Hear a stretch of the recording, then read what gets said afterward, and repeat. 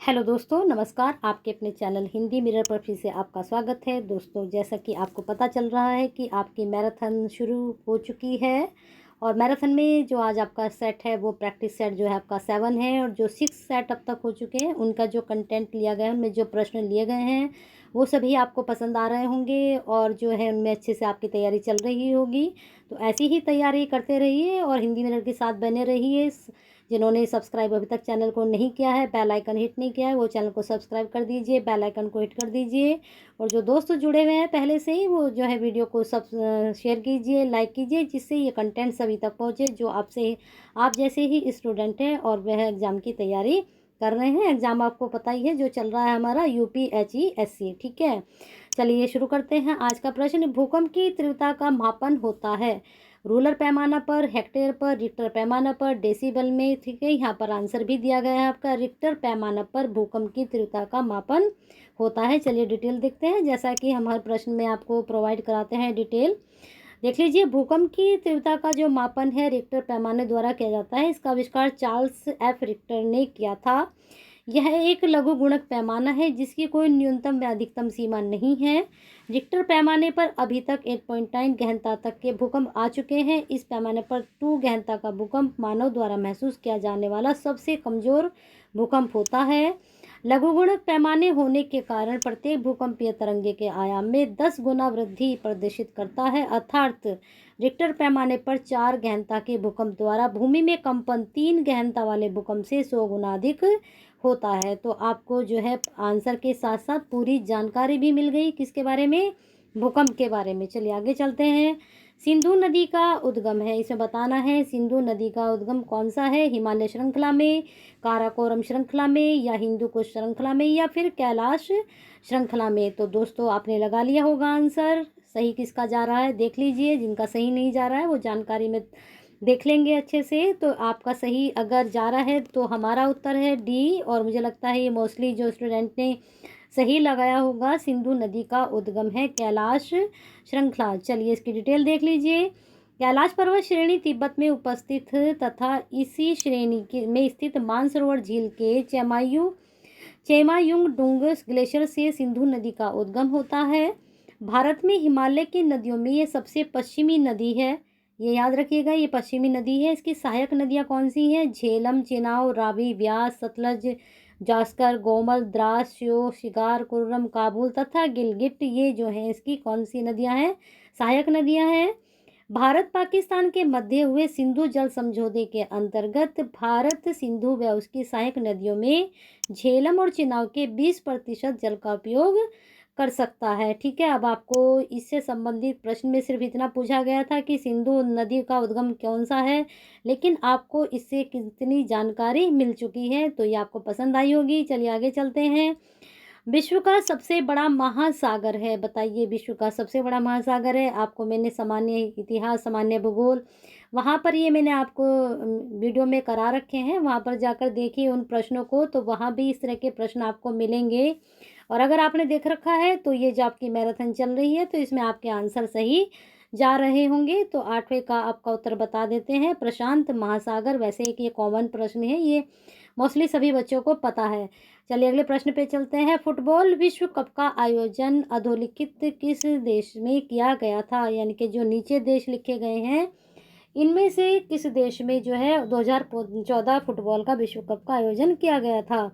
तो बताइए दोस्तों 10वें का आपका उत्तर क्या जा रहा है, तो हमारा उत्तर है ब्राज़ील। अगर आपका सही है तो अच्छे, बहुत अच्छे नंबर बन रहे हैं आपके। चलिए आगे चलते हैं, इसकी डिटेल जानते हैं।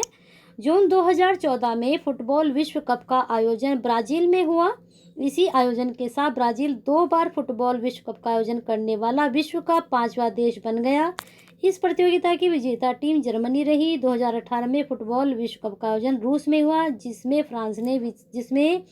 फ्रांस की विजय हुई, यानी फ्रांस विजेता बना। ठीक है, इतनी जानकारी आपको इसमें प्राप्त हो चुकी है और अच्छा आपको लग रहा होगा, नंबर भी आपके बन रहे हैं साथ साथ। चलिए आगे चलते हैं। निम्नलिखित में से कौन रक्त और लोहा की नीति में विश्वास करता था, बहुत अच्छा प्रश्न है, हिस्ट्री से संबंधित, जरूर नोट डाउन करें इसको।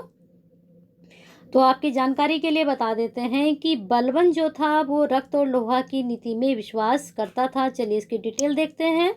देखिए, बलबन ने भी सुल्तान की प्रतिष्ठा को स्थापित करने के लिए रक्त एवं लोहा की नीति अपनाई। किसके लिए? सुल्तान की प्रतिष्ठा को। बलबन ने अपने को फिरदौसी के शाहनामे में वर्णित अफरासियाब वंशज तथा शासन को ईरानी आदर्श के रूप में व्यवस्थित किया। बलबन ने इल्तुतमिश द्वारा गठित किया गया दल चालीसा का दमन किया। इसने ईरानी त्योहार नौरोजा प्रथा प्रारंभ की। बलबन गुलाम वंश का 9वां सुल्तान था। तो बलबन के बारे में आपको हिस्ट्री से संबंधित इतनी जानकारी मिल गई। चलिए अगले प्रश्न पे चलते हैं। निम्नलिखित में से कौन गोखले के राजनीतिक गुरु थे? तो ये तो मोस्टली स्टूडेंट को पता ही होगा कि गोखले के राजनीतिक गुरु थे, कौन थे बताइए। 13 का आपका उत्तर लगा लिया होगा सबने। एमजी रानाडे, राजा राम मोहन राय, रविंद्रनाथ टैगोर या फिर बाल गंगाधर तिलक। तो यहाँ पर हमें गोखले के राजनीतिक गुरु बताने हैं। और दोस्तों, एक प्रश्न अगर आपको जानते हैं तो एक प्रश्न मेरी तरफ से भी आपको बनता है कि जो गोपाल कृष्ण गोखले थे वो किसके गुरु थे? यहाँ पर तो पूछा गया है कि इनके गुरु कौन थे, लेकिन गोपाल कृष्ण गोखले किसके गुरु थे, ये भी यहाँ पर प्रश्न पर मैं आपसे पूछ रही हूँ। अगर आपको पता है तो कमेंट बॉक्स में बताइए। यहाँ प्रश्न दूसरा है आपका, तो बताइए। इसमें उत्तर है आपका ए, गोपाल कृष्ण गोखले महाराष्ट्र के सुकरात कहे जाने वाले एमजी रानाडे इनके गुरु थे। एमजी रानाडे के बारे में आपको एक चीज़ पता चल गई कि महाराष्ट्र के सुकरात कहे जाते हैं। 1902 में गोखले को इंपीरियल लेजिस्लेटिव काउंसिल का सदस्य चुना गया। इन्हें वित्तीय मामलों की अद्वितीय समझ और उस पर अधिकार पूर्वक बहस करने की क्षमता से उन्हें भारत का गोल्ड स्टोन कहा जाता है। देखिए कितनी अच्छी अच्छी जानकारी आपको मिल रही है प्रश्न में। 1905 में इन्होंने भारत सेवक समाज सर्वेंट्स ऑफ इंडिया सोसाइटी की स्थापना की। गोखले महात्मा गांधी के राजनीतिक गुरु थे। ये प्रश्न मैंने अभी आपसे किया था कि यहाँ तो अब प्रश्न में आपसे पूछा जा रहा है कि गोपाल कृष्ण गोखले के गुरु कौन थे, लेकिन मैंने पूछा था कि ये किसके गुरु थे, तो ये गुरु थे महात्मा गांधी जी के। जब महात्मा गांधी जी ने कहा कि मुझे देश को आज़ाद कराना है, तब इन्होंने सलाह दी थी कि पहले आप पूरे भारत का भ्रमण कीजिए। और ये जिक्र किया है महात्मा गांधी जी अपनी आत्मकथा में। उन्होंने बताया है कि उन्होंने मुझसे कहा था कि आप पहले पूरे भारत का भ्रमण कीजिए, भारत की जनता को जानिए, उसके बाद आप इस तरह का बिगुल फूकिए। निम्नलिखित में से किस आंदोलन को राष्ट्रीय स्वतंत्रता का मुस्लिम युद्ध के रूप में जाना जाता है? बताइए। खिलाफत आंदोलन, मोपला विद्रोह, वहाबी आंदोलन या फिर अलीगढ़ आंदोलन। तो दोस्तों मुझे लगता है सभी का आंसर सही जा रहा होगा। कौन सा लगाया है आपने? अगर लगाया है वहाबी आंदोलन तो बिल्कुल सही, नंबर बन गए आपके। चलिए इसकी डिटेल देखते हैं। भारत में वहाबी आंदोलन के प्रवर्तक रायबरेली के सैयद अहमद थे। यह मूलतः मुस्लिम सुधारवादी आंदोलन था। वहाबी आंदोलन मुस्लिम समाज को भ्रष्ट धार्मिक तौर तरीके से मुक्त करने के लक्ष्य पर कार्य करता था। इसे राष्ट्रीय स्वतंत्रता का मुस्लिम युद्ध भी कहा जाता है। ये जानकारी नोट करिए। इस आंदोलन के बारे में कहा जाता है कि यह 1857 के विद्रोह की तुलना में कहीं अधिक नियोजित, संगठित और सुगठित था। दोस्तों आपकी जानकारी के लिए बता दें, आपके सिलेबस में 1857 से लेकर युद्ध भी है। राष्ट्रीय जो आंदोलन हुए वो भी आपके सिलेबस में है। यह लगभग 1828 से प्रारंभ होकर 1888 तक चला, यानी कि 1828 से लेकर 1888 तक ये चला। सही है, आपको जानकारी मिल चुकी है। अगर आंसर सही है तो बहुत अच्छे। चलिए आगे चलते हैं। निम्नलिखित में से किस पंचवर्षीय योजना में भारत की विकास दर सर्वाधिक हुई थी? तो बताइए कौन सी पंचवर्षीय योजना में सबसे अधिक जो है क्या हुई, विकास दर हुई है? ये प्रश्न आपका आ चुका है, कहाँ करा चुकी हूँ, प्लेलिस्ट में आप चेक कर सकते हैं। तो 22 का अगर आपने आंसर सही लगाया है तो हमारे हिसाब से जो आपका उत्तर होना चाहिए वह होना चाहिए 11वीं पंचवर्षीय योजना। सही है, तो नंबर बन गए, बहुत अच्छे। चलिए डिटेल देखते हैं कौन सी योजना कितनी विकास दर हुई है उसके बारे में जानते हैं। 8वीं में 1952, ये भी आप नोट कर लेना ये स्टूडेंट कि कौन सी योजना कब से कब तक चली है ना, पंचवर्षीय योजना। वो ज़रूरी नहीं आपसे 11वीं के बारे में पूछें, 8वीं पूछ सकते हैं, 9वीं पूछ सकते हैं, 10वीं। और यहाँ विकास दर आपको पता चली गई है चारों की, और उत्तर भी कि 11वीं में सबसे ज़्यादा विकास दर हुई। चलिए अगले प्रश्न पे चलते हैं। स्वर्ण जयंती ग्राम स्वरोजगार योजना SGSY, ठीक है, ये योजना है। ये कब लागू किया गया था? तो बताइए। 2002, 1999, 2007, 1997। तो 23 का अगर आपने उत्तर लगाया है 1999 तो बिल्कुल सही जा रहे हैं आप, आपके उत्तर सही लग रहे हैं। चलिए देख लीजिए आप इसका क्या है अब पूरी डिटेल। स्वर्ण जयंती ग्राम स्वरोजगार योजना गांव में रहने वाले गरीबों के लिए स्वरोजगार योजना 1 अप्रैल 1900, आपको डेट भी मालूम पता चल गई आपको, 1999 को प्रारंभ की गई थी। इस योजना में पूर्व से चल रही निम्नलिखित 6 योजनाएं, यानी कि पहले से चल रही 6 योजनाएं जैसे कि समन्वित ग्राम विकास कार्यक्रम, स्वरोजगार के लिए ग्रामीण युवाओं का प्रशिक्षण कार्यक्रम, ग्रामीण क्षेत्र में महिला एवं बाल विकास कार्यक्रम, ग्रामीण दस्तकारों के उन्नत औजारों की किट की आपूर्ति का कार्यक्रम, गंगा कल्याण योजना, 10 लाख कुआं योजना, ये सब इसके अंतर्गत ली गई। ठीक है, तो आपको मुझे लगता है कितनी जानकारी एक ही प्रश्न में आपको संबंधित पूछा इतना गया था, लेकिन आपको कितनी जानकारी से मिल गई। तो वीडियो पसंद आ रही है तो लाइक एंड शेयर कीजिए, क्योंकि ये जो कंटेंट है शायद ही आपको मिला होगा बुक में या फिर कहीं, तो अगर मिल रहा है तो आपके साथ साथ और भी स्टूडेंट जो UPSC की तैयारी कर रहे हैं उन तक भी ये कंटेंट पहुँचे, उनके लिए भी कुछ आप करिए और इसको लाइक कीजिए, शेयर कीजिए। एकमात्र भारतीय जो भारत के गवर्नर जनरल हुए थे वे थे, कौन थे बताना है इसमें। भारत के गवर्नर जनरल हुए थे एकमात्र, तो मुझे लगता है ये प्रश्न तो बहुत कॉमन प्रश्न है, और ये प्रश्न जितने भी स्टूडेंट कंपटीशन देते रहते हैं उनको तो बिल्कुल उन्होंने लगा लिया होगा सही आंसर। तो C राजगोपालाचारी क्या थे, भारत के गवर्नर जनरल हुए, एकमात्र भारतीय। ठीक है, यहाँ पर देख लीजिए चक्रवर्ती C राजगोपालाचारी एकमात्र भारतीय थे जो गवर्नर जनरल बने। ये भारतीय राजनीतिज्ञ, स्वतंत्रता सेनानी, वकील, लेखक, राजनेता, बाद में स्वतंत्रता के बाद इन्हें भारत रत्न से भी सम्मानित किया गया।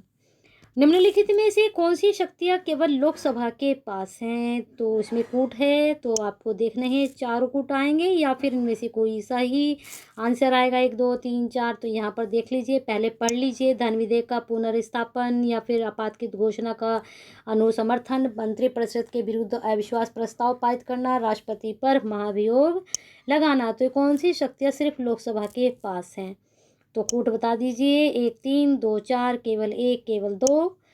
तो लगा लिया आप लोगों ने उत्तर, बता दें आपको, है ना, लगा लिया हो तो तैयार हो जाइए अपने आंसर के लिए। तो आपका आंसर है 1 और 3। धन विधेयक का पुनर्स्थापना और मंत्रिपरिषद के विरुद्ध अविश्वास प्रस्ताव पारित करना, ये शक्तियां सिर्फ किसके पास है, केवल लोकसभा के पास है। डिटेल यहाँ पर है, इसको आप पढ़ लीजिए। अगले प्रश्न पर हम चलते हैं। संविधान के अंतर्गत प्रधानमंत्री निम्न में से किसके प्रति उत्तरदायी हैं। संविधान के अंतर्गत प्रधानमंत्री किसके प्रति उत्तरदायी हैं, प्रश्न को तोड़ के पढ़िए, अच्छा लगता है और समझ में जल्दी से आता है। मंत्रिपरिषद, राष्ट्रपति, राज्यसभा या फिर लोकसभा। तो इसमें आपका उत्तर क्या होना चाहिए, आपका उत्तर होना चाहिए लोकसभा। ठीक है, और ये आंसर सबका सही जाना चाहिए, क्योंकि ये जानकारी आपको होनी चाहिए। इसकी डिटेल देख लीजिए। संविधान के अंतर्गत प्रधानमंत्री लोकसभा के प्रति उत्तरदायी है, क्योंकि प्रधानमंत्री लोकसभा में बहुमत प्राप्त दल का नेता होता है। लोकसभा ही धन विधेयक को मंजूरी देती है, अतः प्रधानमंत्री का उत्तरदायित्व लोकसभा के प्रति होता है। चलिए प्रश्न पर चलते हैं अगले।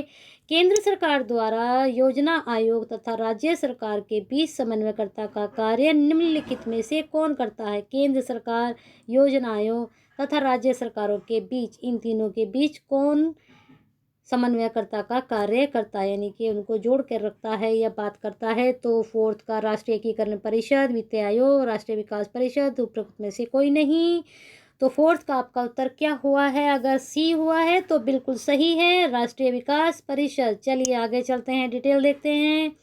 केंद्र सरकार, योजना आयोग तथा राज्य सरकारों के बीच समन्वयकर्ता का कार्य राष्ट्रीय विकास परिषद करता है। इसकी स्थापना 6 अगस्त 1952 को योजना आयोग के सहायक के रूप में की गई। देखिए एक जानकारी आपको ये भी प्राप्त हो गई। वर्तमान में 2015 से इसको समाप्त कर इसके स्थान पर नीति आयोग की स्थापना की गई। दूसरी जानकारी, एक के साथ दूसरी फ्री मिल गई 2। भारत के उपराष्ट्रपति का निर्वाचन होता है, बताइए, भारत के उपराष्ट्रपति का निर्वाचन होता है। यहाँ पर 4 आपके ऑप्शन हैं, इनको पढ़िए आराम से। फिर इसका कूट है, यहाँ पर कूट आप में आंसर ढूंढ लीजिए, 1 2 या फिर 2 या केवल 3 या केवल 4। तो इकट्ठे 1 2 3 4 तो नहीं है, तो या तो फिर 1 2 है, या तो फिर ये दोनों है, या फिर सिर्फ इतना है, या फिर इतना है, या फिर केवल ये है। तो आपने उत्तर सही लगा लिया होगा। तो उत्तर अगर आपने लगाया है, कौन सा लगाया है आपने? अगर आपने लगाया है बी केवल 2, तो आपका उत्तर बिल्कुल सही है। चलिए देखते हैं इसको। नहीं, इसका आंसर आपका ए है, केवल 1 और 2। ठीक है, यहाँ पर आपका 1 और 2 है। संविधान के अनुच्छेद 63 में उपराष्ट्रपति के पद का प्रावधान किया गया है, जो राज्यसभा का पदेन सभापति होता है। उपराष्ट्रपति का निर्वाचन लोकसभा और राज्यसभा के सभी सदस्यों द्वारा अनुपातिक प्रतिनिधित्व प्रणाली के तहत किया जाता है। अनुपातिक तो पता है ना सबको। चलिए आगे चलते हैं। भारत में मुद्रास्फीति के आकलन का सबसे प्रचलित मापदंड है। बताइए, मुद्रास्फीति किस प्रकार से आकलन, मतलब किस तरह से आंकी जाती है, कौन सी विधि अपनाई जाती है, कौन सा मापदंड अपनाया जाता है? तो लगाइए इसका उत्तर। किसने क्या लगाया है बताइए इसमें जल्दी से। मूल्य सूचकांक लगाया, या फिर थोक के मूल्य सूचकांक, या उपभोक्ता मूल्य सूचकांक, या फिर औद्योगिक वस्तुओं का मूल्य सूचकांक आपने लगाया है। तो अगर आपने लगाया है थोक मूल्य सूचकांक, तो आप बिल्कुल सही जा रहे हैं, आपके उत्तर सही जा रहे हैं, आपके नंबर बन रहे हैं। यहाँ पर देख लीजिए, भारत में मुद्रास्फीति का आकलन सबसे प्रचलित मापदंड थोक मूल्य सूचकांक है। थोक मूल्य सूचकांक का एक मूल्य सूचकांक है जो कुछ चुनी हुई वस्तु के सामयिक औसत मूल्य का प्रतिनिधित्व करता है। चलिए यहाँ पर अब राज्य है, इधर जनसंख्या का घनत्व है। तो ये 2011 के आंकड़े हैं, उसके हिसाब से आपको बताना है। तो अगर आपको पता है, ये तो बहुत पुराने आंकड़े हो चुके हैं, अगर जब से आप कंपटीशन देते आ रहे हैं, तो मुझे लगता है सभी बच्चों का ये आंसर सही जाना चाहिए। तो अगर आपने लगा लिया है उत्तर, तो हमारे उत्तर से मैच कर लीजिए, आपका उत्तर सही होना चाहिए। यहाँ पर इसकी डिटेल नहीं है, मैं सोच रही थी आपको डिटेल भी बता दूँ साथ में। तो इसका मैच में हम, इसका ऑप्शन भी नहीं है क्या? 1 मिनट, हाँ जी, इसका आपका ऑप्शन भी नहीं है। तो लेकिन चलो हम आपको आंसर बता देते हैं इसका। बिहार में थे आपके 1106, पश्चिम बंगाल में थे आपके 1128। दोस्तों इसमें आपको बता दें कि यहाँ पर आपका एक भी मैचिंग सही नहीं है, क्योंकि ये सारे आंकड़े गलत दिए गए हैं। तो यहाँ पर आपको हम बताते हैं कि ये 1106 तो थे आपके बिहार में, ठीक है, 11 के अकॉर्डिंग बता रहे हैं आपको घनत्व, और 1028 थे आपके पश्चिमी बंगाल में, और केरल में थे आपके 860, ठीक है, और उत्तर प्रदेश में थे आपके 829, यानी कि 829, यहाँ पर 860, और यहाँ पर 1106, यहाँ पर 1028। तो आपको सही जानकारी मिल गई है इस प्रश्न की। यहाँ पर ऑप्शन नहीं था, और जो है आंसर मैंने आपको बता दिया है, इसको नोट डाउन जरूर कर ले। हेले थार्निंग स्मिथ प्रथम महिला प्रधानमंत्री बनी है, कहा कि, तो इसमें उत्तर भी आपको दिखाई दे रहा है, ये बनी है हेले थार्निंग, प्रथम महिला प्रधानमंत्री बनी है। डेनमार्क उत्तरी यूरोप का एक नार्डिक देश है जो फार्मिंग उद्योग के लिए विश्व में जाना जाता है। यह स्कैंडिनेवियाई देशों में सबसे दक्षिण स्थित है। तो इसका डेनमार्क आंसर है। चलिए आगे देखते हैं। निम्नलिखित में से कौन सा राज्य में ऐसा कानून बनाना प्रस्तावित है जिसे नौकरशाही की बेहिसाब अनअकाउंटेड परिसंपत्ति को जब्त किया जा सकेगा? ठीक है, जो अनअकाउंटेड होगा, परिसंपत्ति होगी, उसको जब्त किया जा सकेगा। कौन सा राज्य में ऐसा कानून बनाना का प्रस्तावित है या हो गया है? तो आपका इसका आंसर आपको बताना है। ये अगर आपकी जानकारी में है तो लगाइए। महाराष्ट्र, तमिलनाडु, राजस्थान, पश्चिमी बंगाल। तो हमारे हिसाब से आपका इसका है आंसर राजस्थान। अगर सही जा रहा है आपका उत्तर तो बहुत अच्छे, आप करंट में भी रहते हैं और साथ में अपडेट भी रहते हैं। राजस्थान राज्य में ऐसा कानून बनना प्रस्तावित है जिसे नौकरशाही की बेहिसाब अनअकाउंटेड परिसंपत्तियों को जब्त किया जा सकता है। यही संपत्तियां मुख्यतः भ्रष्टाचार का माध्यम बनती है। बहुत अच्छा, चलिए आगे चलते हैं। महात्मा गांधी अंतर्राष्ट्रीय शांति एवं सद्भावना पुरस्कार 2011 दिया गया। बताइए किसको दिया गया था ये पुरस्कार? तो 25 में आपने लगा लिया होगा, आंग सान सू की, या फिर बिल क्लिंटन को, या दलाई लामा को, या शेख हसीना वाजिद को। तो आपकी जानकारी के लिए बता दें, इसका उत्तर होगा सी आपका। दलाई लामा को महात्मा गांधी अंतर्राष्ट्रीय शांति एवं सद्भावना पुरस्कार 2011 दलाई लामा जी को दिया गया था। यहाँ पर इसकी डिटेल है। महात्मा गांधी अंतर्राष्ट्रीय शांति एवं सद्भावना पुरस्कार 2011 तिब्बत के आध्यात्मिक गुरु दलाई लामा को दिया गया। यह पुरस्कार मुख्यतः शांति और सद्भावना के क्षेत्र में महत्वपूर्ण भूमिका निभाने वाले व्यक्ति को दिया जाता है। प्रश्न है, निम्न में से कौन जनवरी 2012 में भारत के शतरंज के 26वें ग्रैंड मास्टर बने थे? बताइए कौन बने थे। 2012 का पूछा जा रहा है, तो 26 का आपका उत्तर हो जाएगा ए मुसुनुरी ललित बाबू। ठीक है, मुसुनुरी ललित बाबू बने थे। इसके डिटेल देख लेते हैं यहाँ पर। जनवरी 2012 में भारत के शतरंज के 26वें ग्रैंड मास्टर मुसुनुरी ललित बाबू बने। ललित बाबू ने 2008 में एशियन जूनियर शतरंज चैंपियनशिप में रजत पदक प्राप्त किया था, इसलिए उन्हें अंतर्राष्ट्रीय मास्टर उपाधि से सम्मानित किया गया। तंजौर के बृहदीश्वर मंदिर का निर्माण किसने किया? बहुत अच्छा प्रश्न है, हिस्ट्री से संबंधित आपका प्रश्न है, जरूर नोट डाउन करें इसको। तो ये आपको बताना है, नरसिंह वर्मन द्वितीय ने, राजा राम ने, राजेंद्र ने, कुलोत्तुंग ने। ठीक है, बताइए दोस्तों 28 का आपका उत्तर क्या हो जाएगा? बी राजा राम ने। चलिए इसकी डिटेल देखते हैं। तंजौर के बृहदेश्वर मंदिर का निर्माण राजा राज प्रथम ने कराया था। इस मंदिर को दक्षिण भारत स्थापत्य शैली में सभी मंदिरों में सबसे अग्रणी माना जाता है। उसके शासनकाल में अप्पार सबंदर सुंदरार जैसे तमिल कवि भी थे। अच्छा ठीक है, ये वाले कवि भी थे वहाँ पर। चलिए आगे देख लेते हैं। निम्नलिखित में से कौन से प्रसिद्ध जहांगीरी चित्रकार था? जहांगीरी चित्रकार था मीर सैयद अली, अब्दुस समद, दसवंत या अबुल हसन। बताइए दोस्तों कौन था? तो जल्दी से लगाइए इसका उत्तर आप लोग। कौन सा था आपका उत्तर बताइए। अगर हमसे मैच कर रहा है तो बिल्कुल सही जा रहे हैं आप, अगर नहीं मैच कर रहा है तो और तैयारी की ज़रूरत है आपको। तो इसमें था आपका उत्तर अबुल हसन। ठीक है, आपका अबुल हसन इसमें उत्तर है। वो चाहे प्रसिद्ध जहांगीरी चित्रकार थे। यहाँ पर इसकी डिटेल है, देख लीजिए।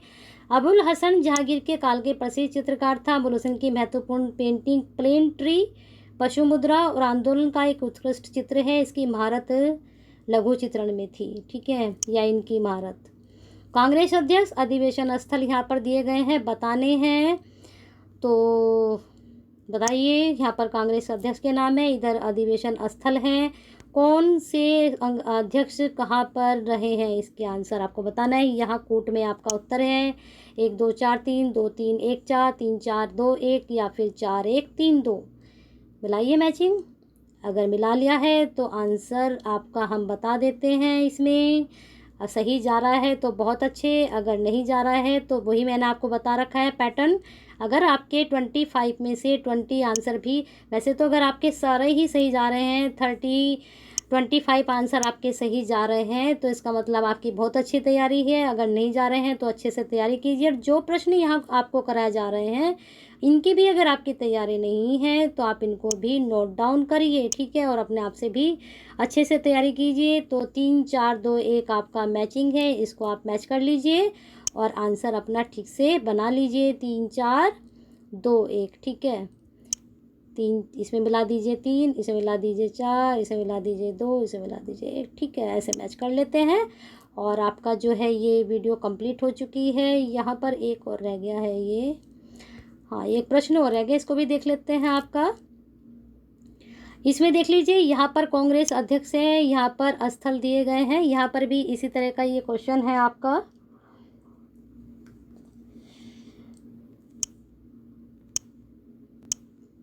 ये प्रश्न नहीं है, आंसर है आपका। ठीक है, यहाँ कंफ्यूज हो गए हम। डॉक्टर MS अंसारी मद्रास, पुरुषोत्तम टंडन नासिक, सरोजिनी नायडू कानपुर, सुभाष चंद्र हरिपुरा। ये अधिवेशन स्थल जो प्रश्न आपका ऊपर था वही इसकी डिटेल थी है। ठीक है, ये इसकी डिटेल है। ठीक है, ये मैं सोच रही थी डिटेल नहीं दी आपको, यहाँ पर डिटेल है इसकी। तो वीडियो पसंद आई है तो लाइक एंड शेयर कीजिए और अपने जैसे दोस्तों के साथ इस कंटेंट को बांटिए, क्योंकि अगर आप शेयर करेंगे, लाइक करेंगे तो आप जैसे दोस्त का भी आपके साथ क्या होगा, बेनिफिट होगा। और हिंदी मिरर के साथ आप ऐसे ही जुड़े रहिए।